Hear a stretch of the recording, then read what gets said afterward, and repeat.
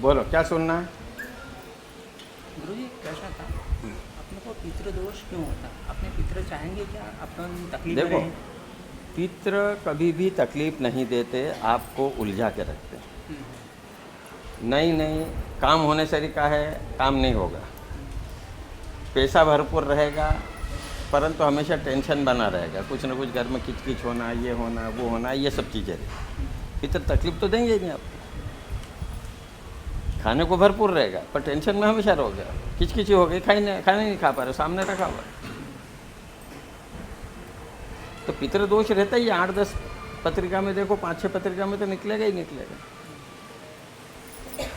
और इसीलिए अपने यहाँ पितृ दोष की विधि करने के लिए कहाँ कहा गया था? नासिक में कहा गया।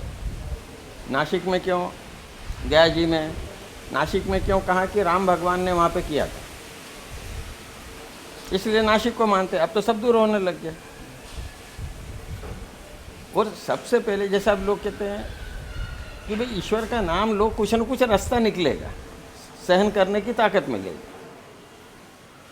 तकलीफें तो आएगी भाई। हमारा सनातन संस्कृति क्या कहती है कि आपका जन्म हुआ मतलब ब्रह्मा जी ने आपका भविष्य लिख दिया। क्या लिखा है हमको नहीं मालूम, पर भविष्य लिखा हुआ है कि ये तकलीफ आएगी। जो भी अपन कहते हैं तकलीफ आएगी, तो अपन कहते हैं ना प्रारब्ध को तो आना ही थी तकलीफ। एक्सीडेंट होना, बीमारी आना, फलानी ये तकलीफ, वो तकलीफ, सब चीज़ें आना ही है।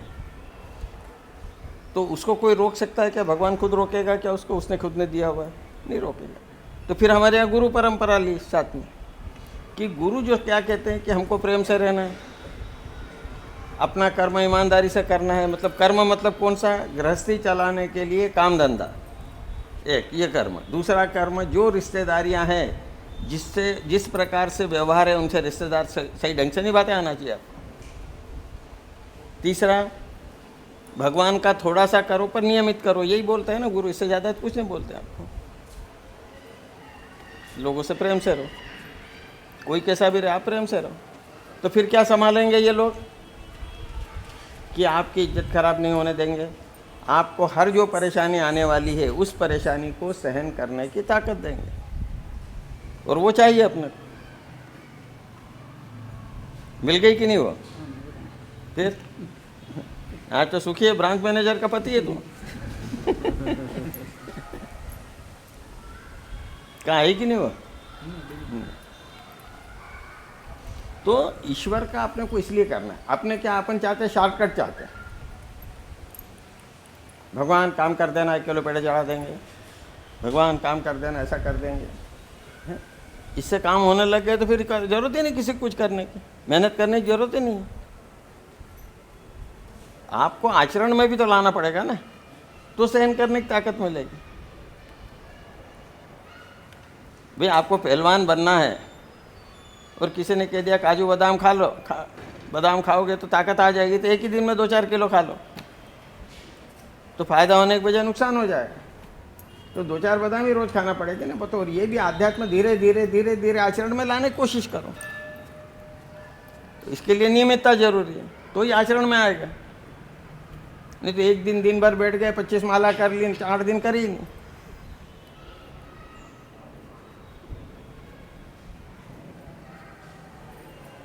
है कि नहीं? गर्मी हो रही, आइसक्रीम ढेर सारा खा लिया, तो वो भी तो गर्म ही है ना। उस समय ठंडा लग रहा है पर है तो गर्म। बर्फ ठंडा लग रहा है पर है तो गर्म।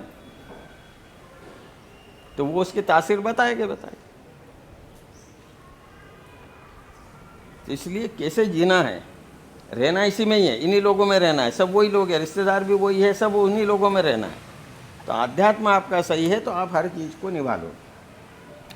भाई जैसे परिवार में अपन देखते हैं,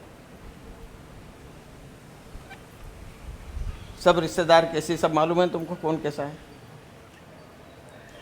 तो कैसे संभल के रहते हैं उससे। तो वही तो ये सिखा रहे हैं कि जिसको जैसा चाहिए उस समय उसके सामने वैसा रहना। किसी को लगता है कि मान सम्मान, हाँ अब यार तुम्हारा शरीर कोई समझदार आदमी नहीं है, मन में मालूम है कितना मूर्ख आदमी है, कितना तकलीफ देगा। और उसके मुंह पे बोल दो, अपन मुंह पे ही बोल देंगे कि यार तू तो मूर्ख है, समझता नहीं, तुमको कुछ ना, लोगों को तकलीफ देते हो। तो झगड़े चालू जा। अरे आप तो बहुत समझदार हो, ऐसा करके निकाल दो, तो अपना मन भी शुद्ध रहा, अपना मन भी खराब नहीं हुआ और वो भी खुश हो गया। जबकि उसको खुद यदि समझेगा तो समझ जाएगा कि यार मैं इतना खराब हूँ फिर भी अच्छा क्यों कह रहा है। तो यही उसी समय आपको निर्णय लेते आना चाहिए। भाई उस दिन मैंने किस्सा बताया था आप लोगों को, स्क्रिप्ट वाला। क्या बताया था स्क्रिप्ट का? कि सिनेमा बनता है? सिनेमा जब बनता है तो उसकी स्क्रिप्ट पहले लिखी हुई रहती है। फिर डायरेक्टर क्या करता है कि आपको यार ये रोल अच्छा कर सकते हैं, फिर आपको समझाता है ऐसा करो, ऐसे एक्शन करो, वैसा करो, ऐसा बोलना आपको नहीं आता तो डबिंग करवा देते हैं, दूसरे की आवाज़ में बोलते हैं और वो मुंह केवल हिलाता आदमी, जो भी कोशिश बार बार उसको जब तक डायरेक्टर को समझ में नहीं आता रीटेक करवाता है बार बार करके। जब उसको लग जाता है कि ओके हो गया, ओके, फिर वापस करने की जरूरत नहीं, हमेशा पिक्चर में वही बताया जाएगा। पर किसके हाथ में था वो? डायरेक्टर के हाथ में था। स्क्रिप्ट दूसरे ने लिखी थी, उसको कैसे निभाना है डायरेक्टर ने सिखाया। उस आदमी को भी जो पार्ट कर रहा है उसको भी नहीं मालूम, उसको जैसा जैसा बताते गया वैसे करते गया, कैसा एक्शन करना है, ऐसा करना है, ऐसा बताते गए। फिर इससे ऊपर कठिन क्या है? नाटक रहता है। नाटक में भी स्क्रिप्ट लिखी हुई रहती है, डायरेक्टर रहता है वो समझाता है, पर एंड टाइम पे आपने स्टेज पे नाटक खराब कर दिया तो इसको सुधारने का मौका भी है आपको, पर वो तो शो फेल हो गया आपका। पर दूसरे इसमें आप सही कर सकते हो, पर वो तो फेल हो गया आपका। पर उससे कठिन कौन सी स्क्रिप्ट है? गृहस्थी की। इसमें स्क्रिप्ट क्या लिखी हुई है हमको मालूम ही नहीं है, पर डायरेक्टर यदि सही है तो ये आपको ये समझा रहा है कैसे रहो। भाई सवेरे उठे हैं, बच्चे ने पापा ये चीज़, चालू हो गया नाटक, स्क्रिप्ट चालू हो गई ना। पत्नी ने कहा ये सामान लाना है, स्क्रिप्ट चालू हो गई। पड़ोसी ने झगड़ा किया, स्क्रिप्ट चालू हो गई। वो मेहमान आ गया, उससे कैसा रहना है, स्क्रिप्ट चालू हो गई। सब्जी वाले के यहाँ गया, उससे कैसे बात करना, स्क्रिप्ट चालू हो गई। नहीं कितने दिन भर में सवेरे से कितनी स्क्रिप्ट सामने आती है, कितने नाटक करना पड़ते हैं सवेरे से। बीमार हो गए, डॉक्टर के पास जाना है, दवाई लाना है, दुकानदार से मिलना है, सब स्क्रिप्ट में लिखा हुआ है, ये करना है। ये जो सही कर ले तो कौन सिखाएगा? वो डायरेक्टर सही होगा तो, मतलब गुरु सही होगा तो कैसे रहना वो सिखाएगा। भगवान ने स्क्रिप्ट लिखी हुई पर अपने को मालूम नहीं क्या लिखा हुआ इसमें।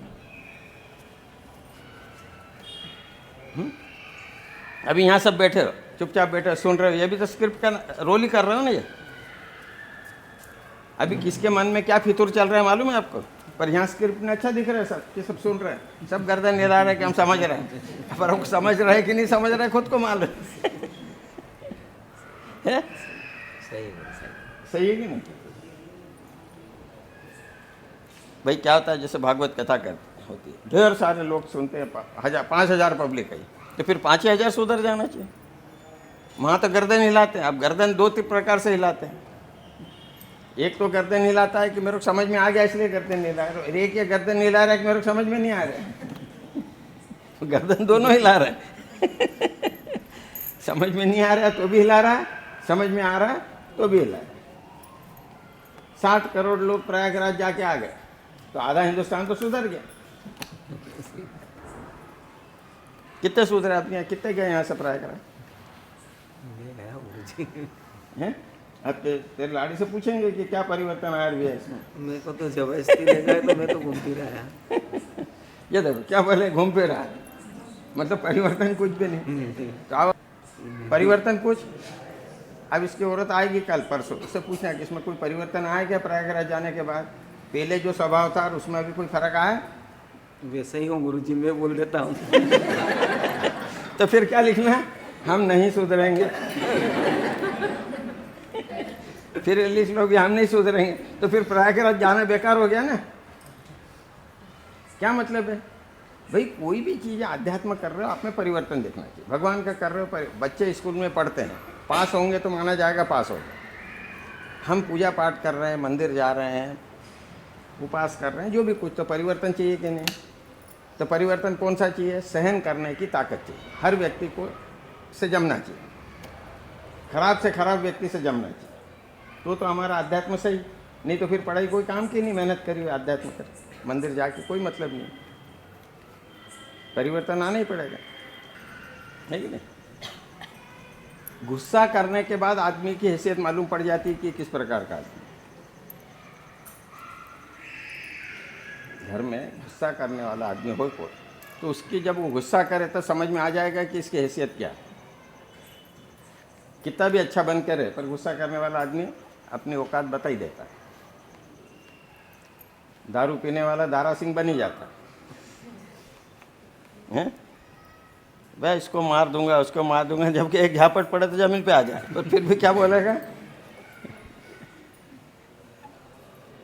बोलेगा कि नहीं।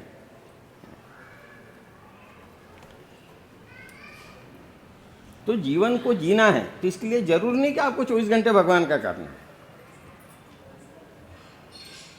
कैसे भी करके हर परिस्थिति को निभाते आना चाहिए, ये भगवान का। भगवान का करते क्या सिखाता है भगवान, मंदिर जाते हो प्रेम सिखाते हैं, तो हमको प्रेम से रहना है।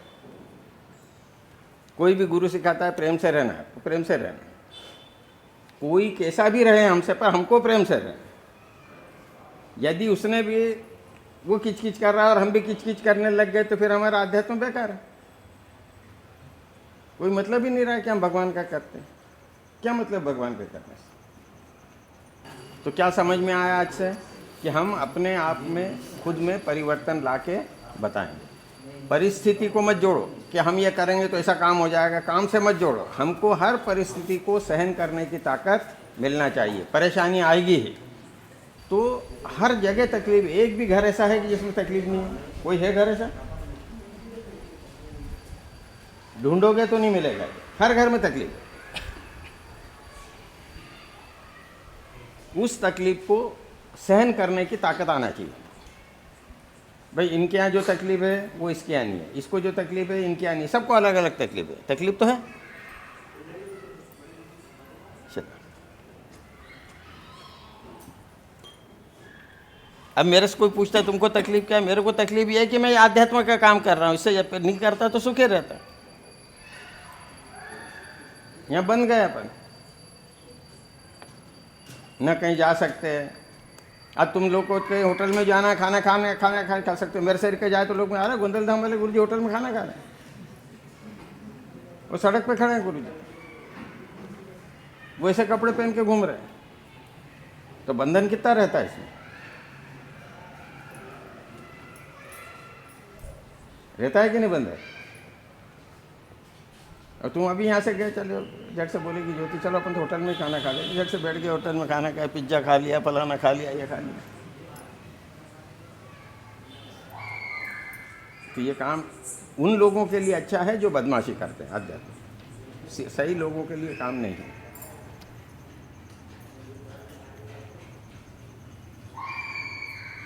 तो इसमें बहुत त्याग करना पड़ता है। सब कोई सरल थोड़ी। लोगों को लगता है गुरु जी के तो मजे,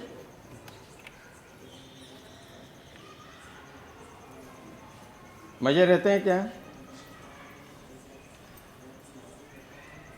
इससे तो रिटायर हो गए थे, अच्छे पेंशन मिल रही थी, आराम से घूमते फिरते।